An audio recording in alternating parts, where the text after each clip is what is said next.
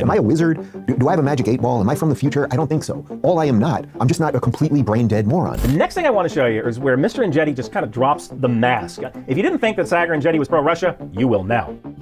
There is a certain set of political people who can get everything wrong all the time and they somehow survive. I would say you could go back to my track record. My track record is pretty solid.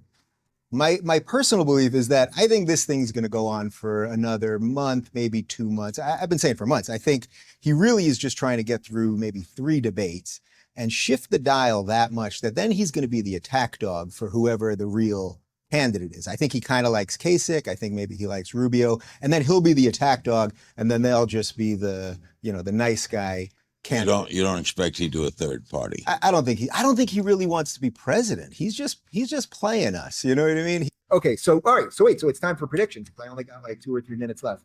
So look, I said a year ago, I don't think this blue wave is going to happen. I just see too much exposure of these bad ideas to really believe that. And the media can't quite get it, which shows you how archaic they are. My suspicion would be that there is good. I'm not going to call it a red wave. I just, we don't need these silly labels on all these things. But I suspect that the Republicans will do better. The Democrats kind of get crushed. Make this thing work in Canada. We need that, what you are presenting. So if you've got anybody, can you send them our way when you're done with this? Don't deal.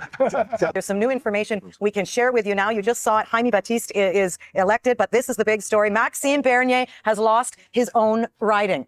Lisa, the dairy farmers will be throwing champagne in the cat feed tonight. There's no way they're going to accept the election this time, and I do think Trump's going to win, most likely in a landslide. Trump is going to win, and he's going to win in a bigger way than he won last time. Sounds crazy, but Trump's going to get 30% of the black vote, and they know it, and that's why they're freaking out. I tweeted about a year ago that Trump's going to get 30% of the black vote. That's an insane. No one in his right mind would say that. What was 15%? 70%? Yeah, I'm guessing it could be around 30%. I think that 30% is going to break very hard to Trump. That's not going to show up in the polls because they won't say it. All right.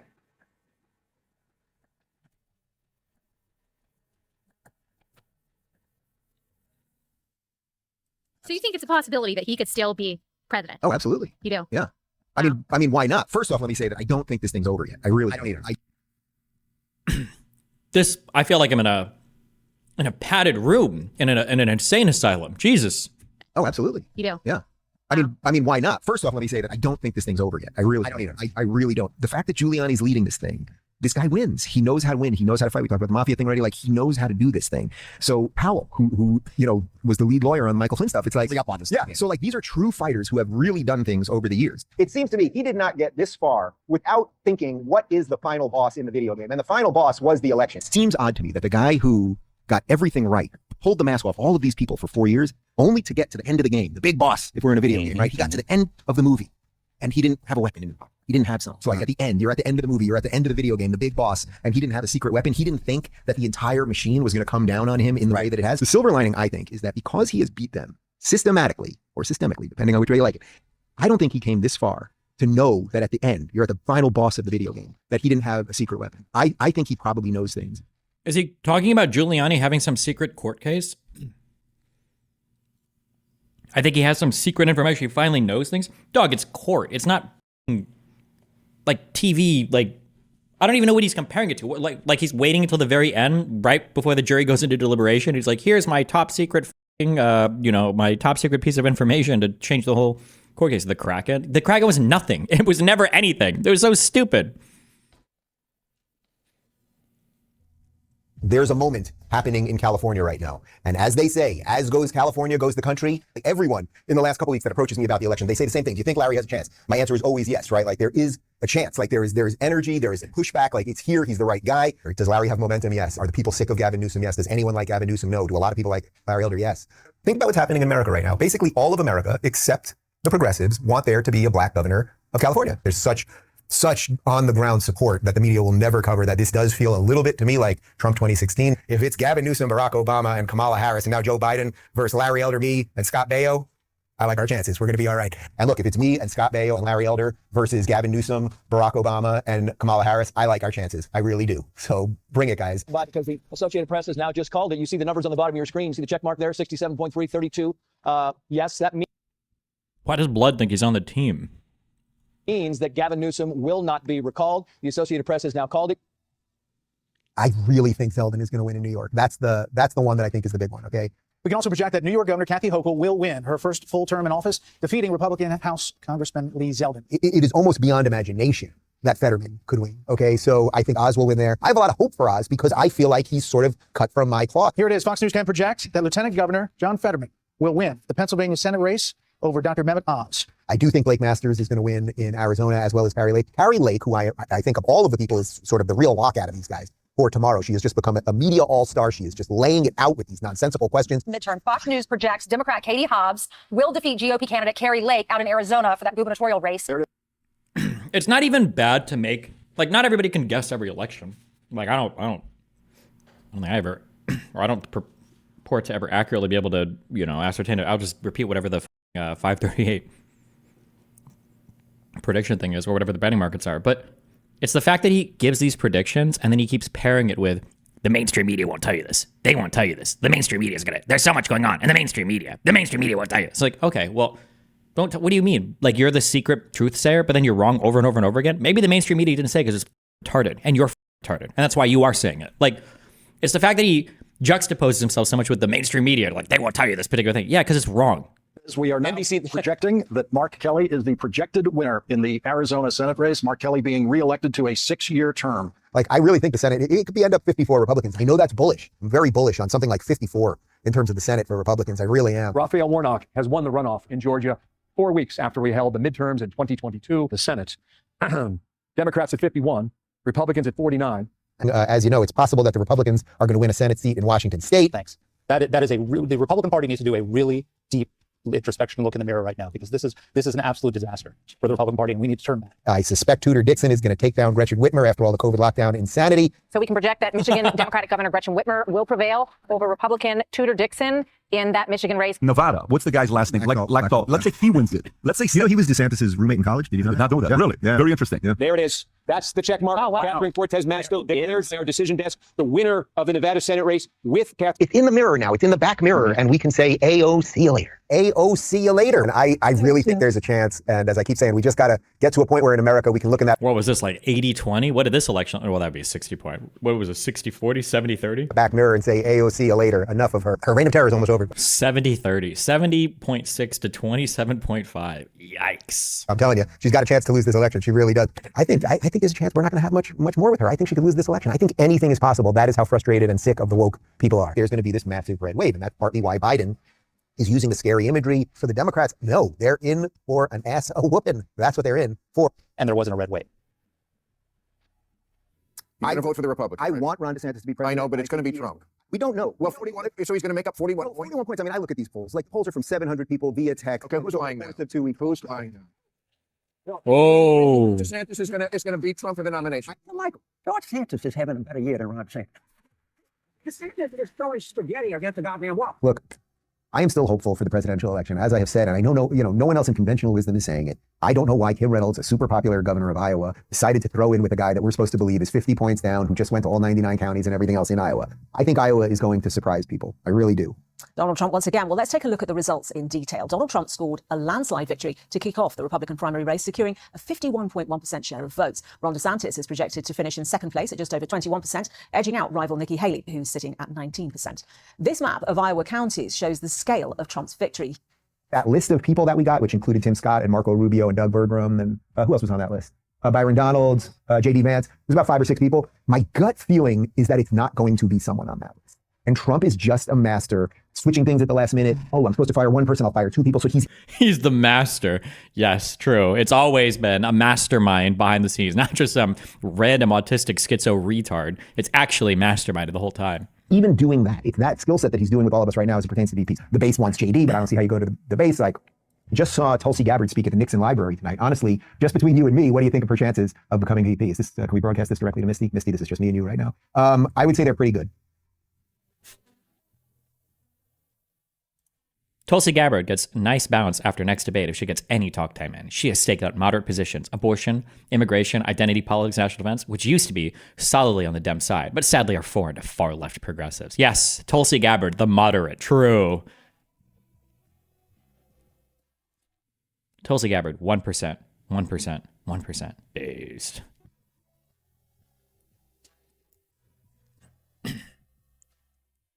Prediction: Andrew Yang will have the biggest jump after the first debate because he has substantial differences from Bernie, Warren, Kamala on 15-hour minimum wage, free college, identity politics. Biden then will have to choose to move in that direction or die fully left.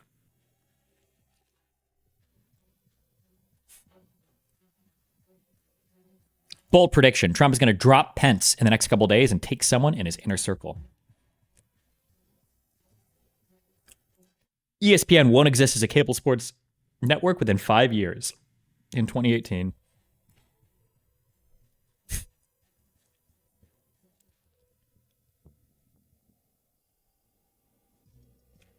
I'm going to make a bold prediction to say the XFL will be a massive success this time around. Oh no. Jesus, tell me if Dave says anything good about my career.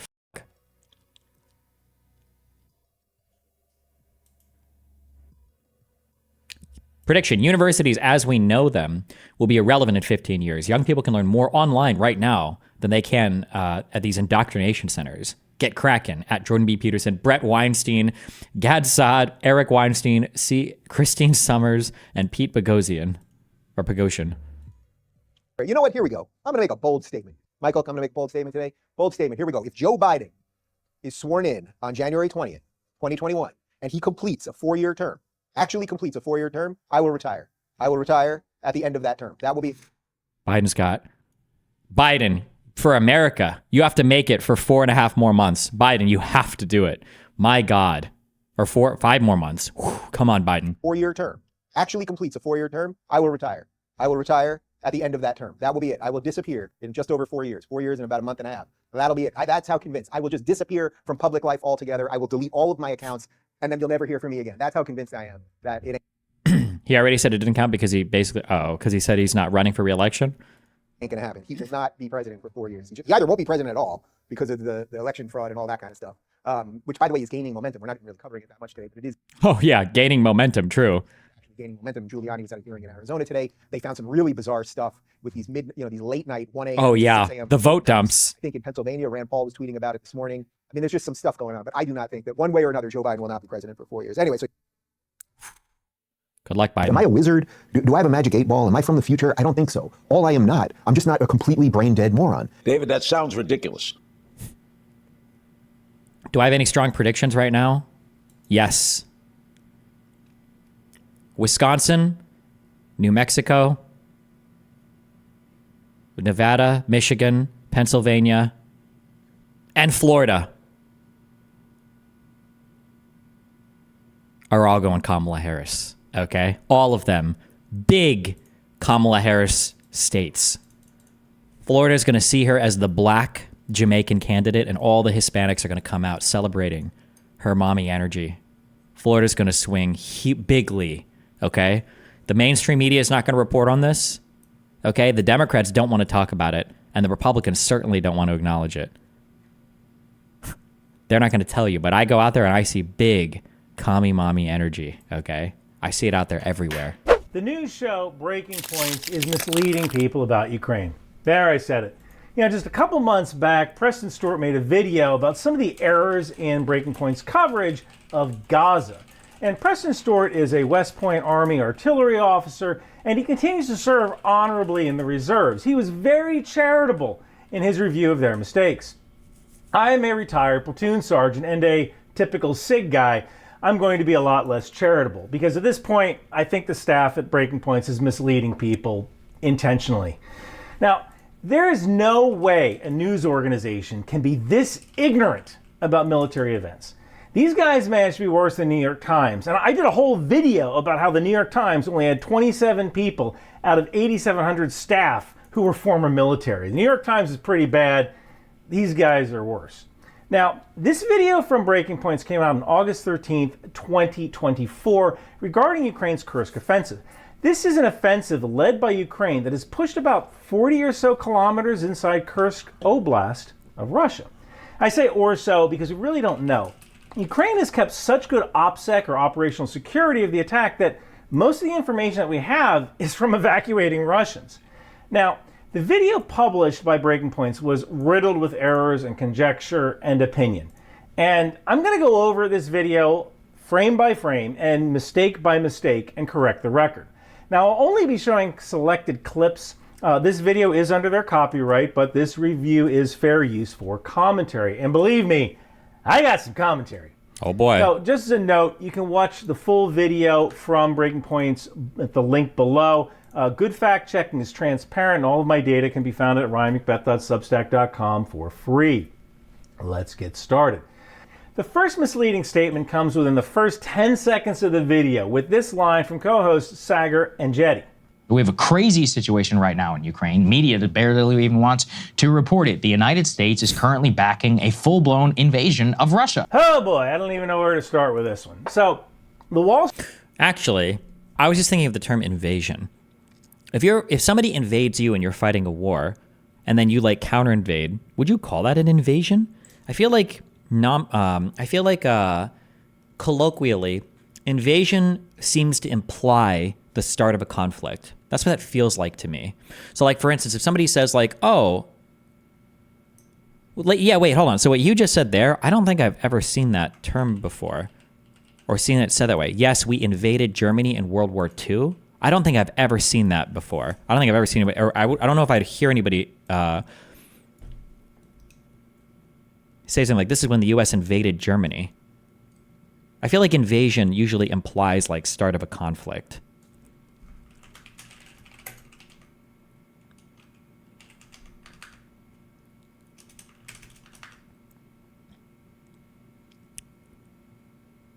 What would you say? I don't know, like counter invade? We were planning to invade Japan. Yeah, but I don't know, but I feel like that was less like an invasion and more like invading like a particular thing. Like you're invading like a like you can do like a particular invasion, but to say that like they invaded in this year sounds like the start more of a conflict kind of thing. At least that's what it feels like to me. Hold on one sec. Wall Street Journal has been reporting on this since at least August 9th. And the New York Times has been talking about this since August 7th. And NBC had a video about it on August 8th. So either Mr. Andretti doesn't read the Wall Street Journal or the New York Times, which is bad, or none of the Breaking Point staff does, which is bad, or they did and they lied about it anyway, which is bad. There's really only three possible options here, so it's one of those three. Now, every day I wake up and I spend 2 hours reading the Wall Street Journal, the New York Times, Haaretz, and then multiple intelligence newsletters cover to cover. I can't expect everyone to do that, but if you're making a mistake 8 seconds into your video, you might want to rethink your production process. Or you're doing it intentionally, knowing that your audience is never going to check. Hi, I'm the guy who checks. Now, there is one other possibility, and that is since there really is no video coming out of Kursk, the nightly news or CNN just has a harder time talking about it. No video, no story. There's only so many times you can show the same Su-27 flying over the same patch of ground. Now, and this was just only in the first 4 seconds. Let's talk about the other 4 seconds. The United States is currently backing a full-blown invasion of Russia. The United States is backing a full-blown invasion of Russia. All right. I don't know if that's true. I can tell you this. I work for a private intelligence contractor. That's one of my 4 jobs. I knew nothing about this. Nobody I know in the intelligence community knows anything about this. In fact, I've been spending the past few days talking with people over Signal who should know about this, and they don't. Nobody knows what the heck Ukraine is doing or what their goals are in this Kursk incursion. Now, I do have a theory about what is going on in Kursk, but I'll get to that. If you want to skip to that directly, you can go to this time somewhere up here. Let's keep going. Now, philosophically, I don't really have a problem with this. Of course, whenever you're in a war, you should be doing whatever you need to. The issue is not what the Ukrainians are doing. It's the fact that U.S. NATO weaponry is being employed to literally invade Russia. Now, this isn't a lie, but what Mr. Andretti is doing here is parroting a Russian talking point about escalation. And I want to start by saying that Russia doesn't need an excuse to escalate. Russia is like Aunt April in that Tyler Perry movie. They can do bad all by themselves. They don't need a reason. And I'd also point out that during Vietnam, when Russian missiles were shooting down American B-52s, did anybody say, whoa, Russia, you can't do that. It's escalating. You're escalating with a nuclear power. That would have been absurd. And it's absurd saying it now. So I think I said before, I don't think, I used to say that there were no times when U.S. and Soviet forces directly shot at each other. I think this did happen though in Vietnam. I think we corrected that a while ago, but there were times during the Vietnam War where we had some direct confrontation between the both of us. Missiles were shooting down American B-52s. Did anybody say, whoa, Russia, you can't do that. It's escalating. You're escalating with a nuclear power. That would have been absurd. And it's absurd saying it now. This is a defensive war. Ukraine is using a variety of homegrown, captured Russian, and NATO weapons to defend itself. And what is the end result of this escalation? Is Russia going to bomb Ukraine harder? Pretty sure it happened in Korea as well. It might have. I don't know all about the Korean War, but they're already doing that. Remember, Russia can do bad all by themselves. They don't need a reason. Now, typically, the next spooky thing that comes out is that this could result in NATO going to war with Russia. That's not going to happen because Russia doesn't want it to happen. Russia knows that it can't defeat NATO. It can barely even fight Ukraine. Russia needs to keep NATO the heck out of this war. And that's why they sling lies and disinformation on the internet. They know they can't defeat NATO militarily. But if they can get NATO's population to tell their politicians to turn off funding, then Russia might have a chance at defeating Ukraine. This is why I say disinformation is a weapon that shapes the battlefield. If Russia wanted to stop munitions from entering Ukraine, they could bomb some German artillery factory. And what would that cause? That would cause NATO to go to war with Russia. Or Russia could convince the German population not to support Ukraine by telling them that Ukraine is corrupt. Your money is going toward buying cars for the Zelensky family. But the effect is the same. The ammunition gets turned off. You could wait. How many likes did this have?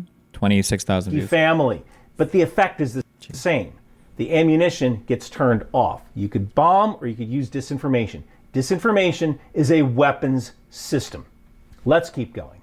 This is not disputed territory. This is internationally. Does he do this to protect himself from copyright? This little like setup where he's watching the TV. Recognized. Or maybe it's just like a little cue thing he does for no reason.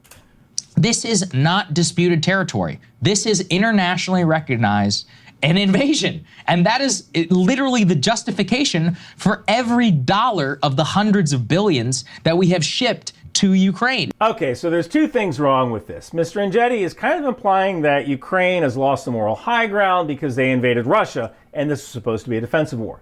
And he talks about billions of dollars we sent to Ukraine. Now, one trope among Russian sophists is that the U.S. is loading up C-17s with pallets of money and just releasing it by parachute over Ukraine like the Joker in Batman. And that's... Yeah, I think we just dropped directly the Bugattis for all of the Zelensky government officials. We don't actually send them money anymore. We just send them the cars directly. Just not true. We're sending some cash, and other countries that have fewer weapons are sending cash. But for the most part, we're sending old weapons. Rocket fuel expires. If we don't shoot these HIMARS and Patriot missiles, we have to send them back to the factory where they are disposed of in a very expensive demilling process because it's hazardous waste. Now, ideally, we could shoot them, but there aren't enough training days on the calendar to do that. So why not give these expiring weapons to Ukraine? It saves disposal cost, and that cash he mentioned goes to buying new rockets. That means American jobs are produced for stuff we have to buy anyway. Let's keep going. And then just consider, can any great power nation sit there and tolerate an invasion of its own territory? Honestly, maybe. You know, one of my master's degrees is in engineering management. It's basically an MBA for engineers. And when making business decisions, one option is always to do nothing. You know, some people say that Ukraine started this incursion because they want Russia to move troops from the south to the north so Ukraine can attack in the south. And I don't think that was the plan. I say that because, let's say Russia takes 1 out of every 3 soldiers out of the Zaporizhia, Kherson, Donetsk, Luhansk to form a new unit and go north. Well, you still have a bunch of landmines and fortifications to deal with, so you really haven't reduced enemy capability all that much. Remember that scene in the 2004 version of The Punisher where Frank Castle hits the Russian hitman and the dude just looks at him like, what? Russia may view this incursion as a do-nothing response. Yeah, contain it, but don't let it detract from your main goal because eventually the advance should run out of steam, maybe? It's almost like by ignoring it and not reacting to it, Russia is refusing to take the bait. So let's... Wait, I have to listen to that again. Hold on. Sorry, I'm writing this tweet. Good fact check by... Hold on. I should be antagonizing people on Twitter more. Ryan McBeth. This guy? There we go. Maybe. You know, one of my master's degrees is in engineering management. It's basically an MBA. one of my master's degrees. Okay, bro. Okay, little bro. For engineers. And when making business decisions, one option is always to do nothing. You know, some people say that Ukraine started this incursion because they want Russia to move troops from the south to the north so Ukraine can attack in the south. And I don't think that was the plan. I say that because, let's say Russia takes 1 out of every 3 soldiers out of the Zaporizhia, Kherson, Donetsk, Luhansk to form a new unit and go north. Well, you still have a bunch of landmines and fortifications to deal with, so you really haven't reduced enemy capability all that much. Remember that scene in the 2000... I feel like if you were to try to reduce enemy capability, it might not be for an invasion, but it might be to lessen the pressure being put up by... it might be to reduce the pressure being put up by by like an actual aggressive act, right? So like just because you get them to pull some defensive fortifications out of the bottom or out of the south doesn't mean that now you can suddenly invade, because like you said, there's a whole bunch of layer defense and everything else. But if they're applying a lot of pressure to you in an aggressive manner, couldn't you theoretically get them to lessen up or ease up on that aggression by pulling some soldiers back there? Maybe I don't know enough about the on the ground situation to say. I don't even know if with how military doctrine works today and everything that's involved, if that would even do anything. I'm not sure. I don't actually know. It's just a guess. 4 version of The Punisher where Frank Castle hits the Russian hitman and the dude just looks at him like, what? Russia may view this incursion as a do-nothing response. Yeah, contain it, but don't let it detract from your main goal, because eventually the advance should run out of steam, maybe. It's almost like by ignoring it and not reacting to it, Russia is refusing to take the bait. So let's keep going. And there is no doubt, Crystal, that this is 100% with the backing of the United States. Oh, there's doubt. I doubt it because, again, I don't know anybody who knew this was going to happen. Ukraine has displayed incredible OPSEC, almost to the point where they didn't even let NATO know. Let's keep going. Can we sit here and risk a literal invasion of Russia at the same time that we have billions of dollars in military assets steaming towards the Middle East? So I think it's safe to say that Mr. Engetti is not a military strategist, and it kind of shows. I actually looked him up on LinkedIn. He was a Pentagon correspondent, but he really doesn't have any military experience. So one of the things you need to understand is that the U.S. isn't the hokey pokey. We're not what it's all about. See all of those flags up there? Every single one of these flags represents an allied nation who sent me a patch from their uniform. The U.S. military is built to fight a two-front war. Any attack from Iran would be a mostly American, Israeli, Saudi, and Jordanian naval and air force fight with assets that we already have in the Middle East. Any fight in Europe would be a ground and air fight with... Wait. If people gave me some patches when I was in Israel, should I start hanging these up? Does this give me credibility? Can I start soliciting patches from you guys? Mostly NATO. These are just like patches given by veterans, right? Not by like the country itself doesn't award a patch, right? Two-front war. Single one of these flags stand is that the U.S. isn't the hokey pokey. We're not what it's all about. See all of those flags up there? Every single one of these flags represents an allied nation who sent me a patch from their uniform. The U.S. military is built... It's got to be like a person, right? ...for a two-front war. Any attack from Iran would be a mostly American, Israeli, Saudi, and Jordanian naval and air force fight with assets that we already have in the Middle East. Any fight in Europe would be a ground and air fight with mostly NATO units. The Navy wouldn't really be all that involved. So we have enough assets to deal with both problems, and anybody who knows even a little bit about the military would know that. Let's keep going. The fact that the Biden administration finally caved and sent those F-16 fighter jets, that is a big part of the... Caved. That the Biden administration caved. The reason why they were able to make these gains. Okay, so I don't even know where to begin here. First off, the Biden administration did not send any jets. The F-16 fighters are older jets from the Netherlands and Denmark. Belgium and Norway have pledged jets. I don't think any of those have arrived yet. So these really weren't our jets to give. Now, when you do a transfer to another nation, the initial nation that sold you those jets has to approve that foreign military sale. There's rules in the contract about foreign military sales and transfers, and failure to abide by those rules mean you're in breach of contract. So the U.S. had to approve the transfer, but they're not U.S. jets. Now, those F-16s have played literally zero role in the conflict. Right now, those jets are just cutting holes in the sky over Odessa. Ukraine needs to figure out how to integrate those jets into their system. That's going to take a couple of months. Just getting them flying is step one.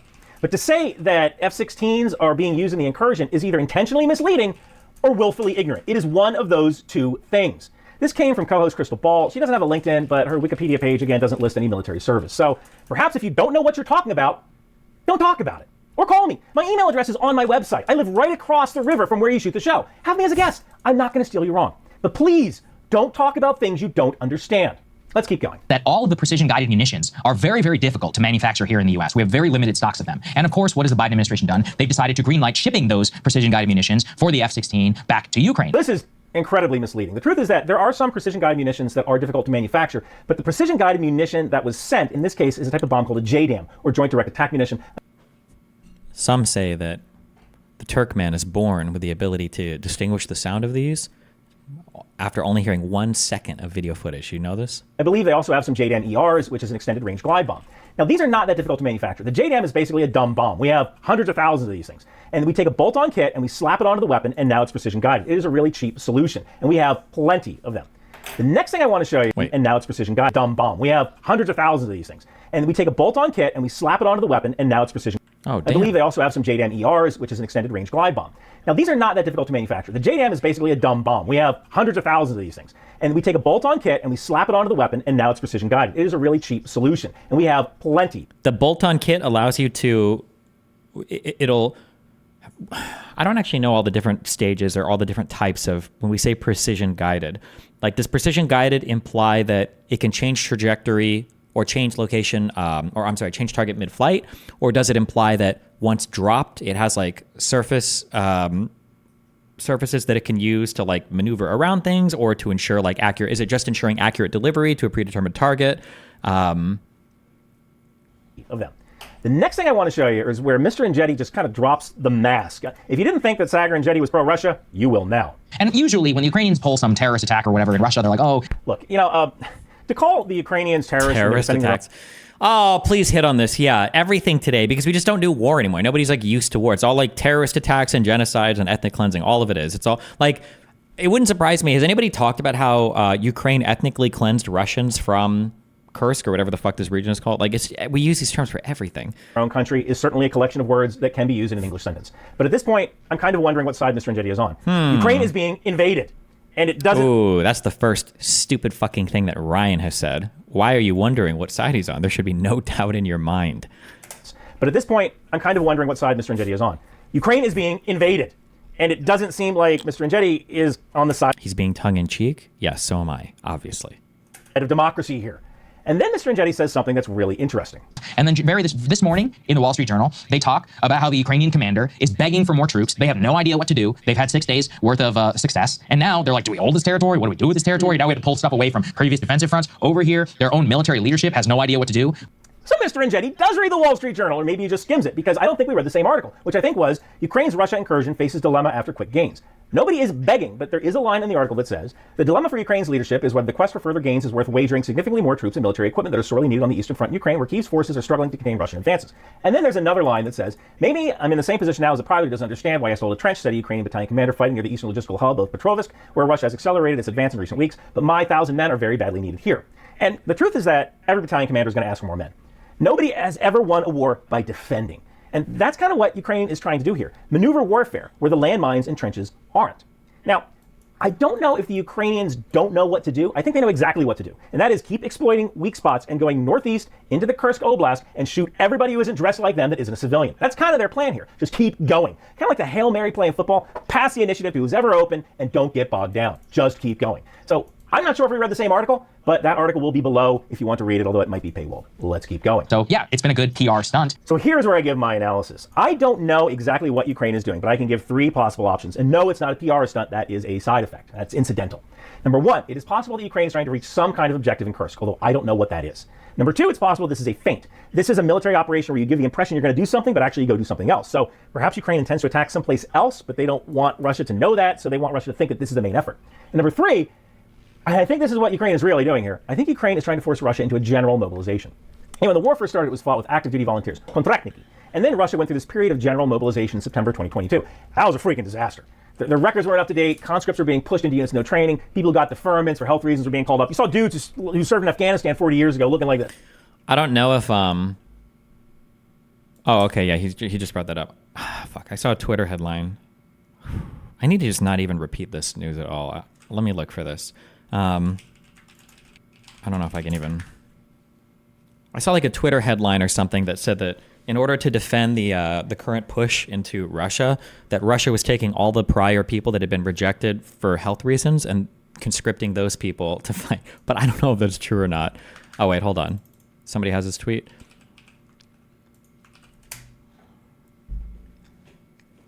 Hundreds of Russians who have refused to fight for various reasons, age, sickness, mental health, are reported to have been taken from a military base where they were being held and flown to Kursk, where they would likely be used in efforts to repel Ukraine's incursion. Although, okay, I guess this doesn't just say, it says they refuse to fight for various reasons, so maybe they aren't actually sick. They could just be, you could argue, draft dodgers or whatever. Astra reports that hundreds of refuseniks have been held at Kamenka near St. Petersburg, where the 138th Separate Motorized Rifle Brigade is based. Relatives say that some are unfit to fight. One man is 70 years old and can barely walk, and another has only one eye. Telegram sources. Fuck. As a rule of thumb, meaning I don't know if this always applies, and I might just be a boomer because I don't usually grab news from Twitter for a variety of reasons, because I consider this one of the most unreliable platforms on the internet right now. Not to say that everything is bad on it. I just don't know the accounts that I would consider trustworthy or anything. Anytime I'm getting pictures of stuff and hearing things like one person said that a person is 70 years old and one person said, I'm always just like very reluctant to just buy it outright. Even when like videos and pictures are being shown, like I can't contextualize any of this. I don't know how much is true or not true, but not to say whether or not it's trustworthy or not trustworthy. I don't know. Just as a rule of thumb, I don't typically. Yes. And for the most part, in Russia's recent history, the elites in Moscow and St. Petersburg were down with whatever Putin wanted to do, as long as you didn't touch their kids. And a general mobilization touched their kids. So Russia stopped. That's exactly. Never mind. To do, as long as you didn't touch their kids. And a general mobilization touched their kids. So Russia stopped that. They relied on volunteers. They relied on Wagner. Most of these volunteers were from poor areas of Russia, and Wagner was a lot of prisoners. So I think that this incursion was designed not to embarrass Russia, but to force Russia to recognize that there aren't enough troops and force another general mobilization. And if that happens, the populations of Moscow and St. Petersburg will go absolutely ape. And that's when you could see Putin overthrown. So let's keep going. The longer this drags on, the moral ambiguity increases, the so-called justness of their cause decreases, their overall like ability to even stand this without literally tens of billions of dollars a month having to flow there in Western aid. It shows us that this cannot go on forever. And we all know how it's going to end. So this is incredibly misleading. First off, Russia is engaged in a war of aggression and dominance. When we say we all know how this is going to end, I thought these guys have been saying that it's going to end like every single month for the last, what, 2.5 years or whatever? Or how many, when was the initial invasion? Boom, boom, boom, boom. February 2022. Okay, 2 years. Yeah, no, 2.5 years. Yeah, what happened? Ukraine is not. Ukraine performed this operation to achieve some sort of military or political goal. So to say that Ukraine has lost the moral high ground because they're on the offensive, it's incredibly disingenuous. And then to say, we all know how this war is going to end. Wow. I mean, if you're a woman and you're being assaulted by someone in an intimate nature and that guy is 100 pounds on you, would you just let it happen or would you fight back? Because we all know how this is going to end. There's always a chance. Can you imagine someone in America after Pearl Harbor saying, Japan destroyed all of our battleships. We know how this is going to end. We should just give up. True. Notice me, Senpai, I have some Trump secret to tell you. About what? No, man, you fight. So I don't even know why you would say something like that. I would hate to live in a world where good refuses to stand up to evil because it's hard. I mean, doing the hard thing is part of being the good guys. Wait, actually, didn't we win? We won these naval battles. Am I wrong? I haven't studied any World War shit in great detail. How did we win this after,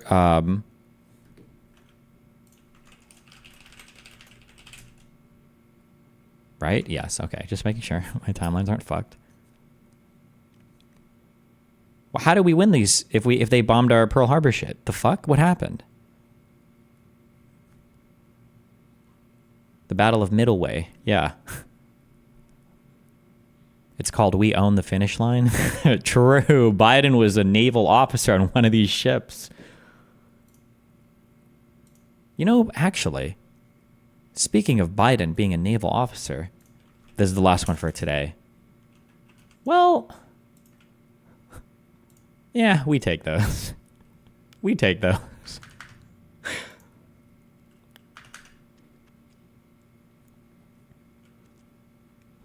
I swear the attack Pearl Harbor did not cost that many U.S. ships. There was high casualty count, but the damage to the U.S. Navy was not that big, no? Was it? Well, then what the fuck was the point? Hold on. Pearl Harbor attack. Wikipedia.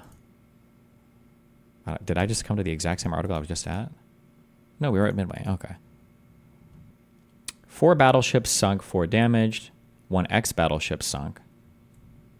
3 light cruisers damaged. 3 destroyers damaged. 188 aircraft destroyed. Wait, how did this attack suck so much shit? 2,008 sailors killed, 109 Marines killed, 208 soldiers killed. No carriers? Where were the carriers? Why didn't they go attack them? Or did we just not have anything big parked in? The general meme is that the Japanese attacked the destroyers and carriers. They didn't focus on the fuel and maintenance hangars. That, plus bombs not being as effective as they could be, resulted in them repairing the ships much quicker than expected. Okay, well, that's kind of cucked. How do you fuck up this bad? You know, they should have taken notes from. They should have went into the future. And they should have copied these guys, the Jews. They know how to do surprise air attacks. In a few hours, I think they completely obliterated Egypt's entire fucking air force. This was meme shit. Do they have the amount of like shit destroyed immediately? To be fair, it's Egypt as opposed to the United States of America, but total of 338 Egyptian aircraft were destroyed and 100 pilots killed, although the number of aircraft lost by the Egyptians is disputed.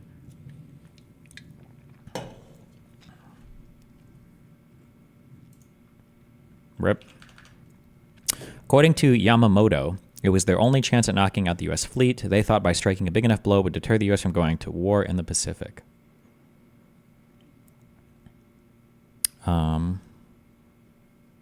Okay, where were we? Sorry. Finishing up. So there you have it. Breaking Points has managed to mislead its audience with inaccuracies, poorly researched statements, and questionable motives. It is disheartening to see a platform that claims to represent the truth fall so short of the mark, especially on an issue as critical as the war in Ukraine. It's one thing to make mistakes. I mean, everyone does. But when those mistakes consistently align with harmful Russian narratives and misleading takes, it becomes something else entirely. Misinformation can have real-world consequences, and in times of war, those consequences can be dire. My advice, fact check everything, guys, especially from sources who should know better. Like me, I'll come on the show as your intel guy. I live right across the river. I can make it happen, and your show will be better for it. As viewers, we have a responsibility to hold media accountable. And as content creators, we have an even greater responsibility to be accurate and transparent. If you're looking for a balanced take on these issues, dig deeper, cross-reference, and don't take everything at face value. And hey, if you want to support the channel, hey, grab one of my Intel Life t-shirts from Bunker Branding or sign up for my Substack. It's like $5. Thank you guys so much for watching. Oh, wow, Daddy, cigarettes. If I smoke these, I'll be cool. Hey, kid, what are you doing? Think tank. You know, kid, smoking isn't cool. The t-shirts, stickers, and hoodies from Bunker Branding sure are. Wow, alcoholics moving cargo. Awesome. Intel Life, Aerosol, Live, Laugh, Lunch for Destroyer, Trident, HIMARS, and Patriot. Think outside the bomb. Drone Sweet Drone, Department of the Boat People, landmines, and even the tow missile. It would behoove you to grab one today. I better take these. Don't worry, I'll destroy them by burning. And remember, Bunker Branding is cool. Now I know. And knowing's half the battle. Bunker Branding!